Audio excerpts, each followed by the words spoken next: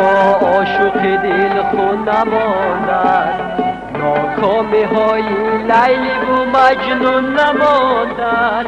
گفتند شاعران همه گپ را ببست بیار، یک حرفی خوب و تازه و موزون نماندند،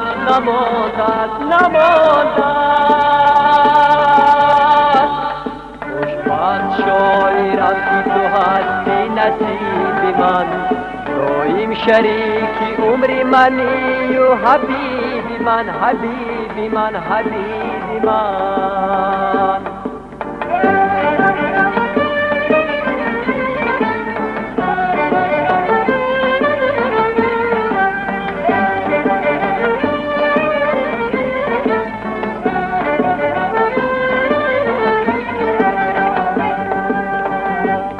من با تویم این که قدرت همچون حال، ابروی مشکلی تو بود بهتر از هلال.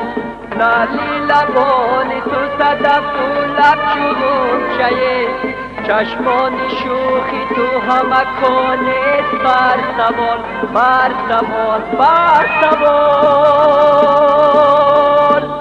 خوشبخت شاعرم که تو هستی نصیب من، دایم شریکی عمر منی و حبیبی من، حبیبی من، حبیبی من.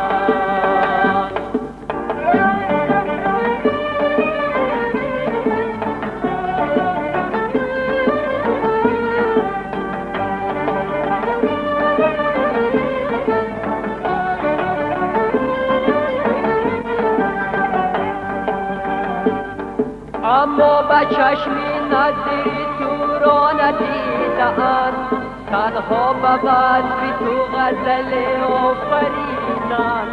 از تو تهیدند ز گلباغی عاشقان، گل غنچه نبرده گل را نچیدند، نچیدند، نچیدند.